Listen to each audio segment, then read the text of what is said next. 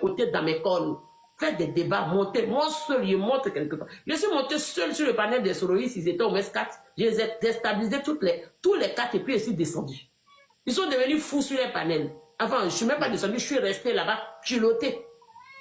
J'ai fermé mon micro, ils ont rencontré tout ce qu'ils voulaient, ils m'ont redonné la parole, j'ai framponné encore. Quand il est fini, je leur ai dit merci, j'ai de quoi faire, je suis parti. Ouais. Faire les débats de déconstruction, là, ça, moi j'ai ça dans mes cornes. Et j'ai dans mes cornes la sensibilisation. J'ai demandé, j'ai choisi de sensibiliser.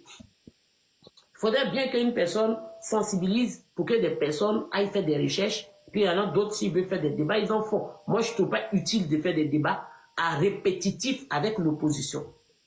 C'est-à-dire que tu te répètes à un point que toi-même, tu t'entends parler. Tu as un mur dressé. Comment voulez-vous parler au mur de Berlin? Dans un débat, même sérieusement, dans un débat, même si on a des divergences, il faut pouvoir reconnaître que ce que l'autre dit, ce n'est pas faux. Il faut pouvoir communiquer le change. Savoir qu'on est en train de se battre pour une même nation. Il faut pouvoir reconnaître ce qui est bon, manger tout, et puis essayer de trouver des résolutions. Mais quand vous êtes dans un débat où c'est très important. Vous avez l'intention de parler à un mur, le mur de Berlin qui est caché, construit dans l'oreille d'une personne. Moi, qu'est-ce que je fais là-bas? Ma place n'y est pas. Je n'ai pas envie de parler à un mur.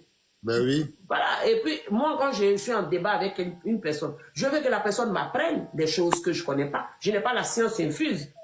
Et je souhaiterais aussi que la personne apprenne de moi. Je ne veux pas me mettre quelque part. Parler avec une personne qui me raconte tout et n'importe quoi qui n'est même pas vrai, qui est une imagination. Quelque chose qui sort de son imagination. Moi, je vais faire débat avec lui. Mais qu'est-ce qu'il m'apprend? Qu'est-ce que j'apprends en étant sur ce panel? Qu'est-ce que ça m'apporte?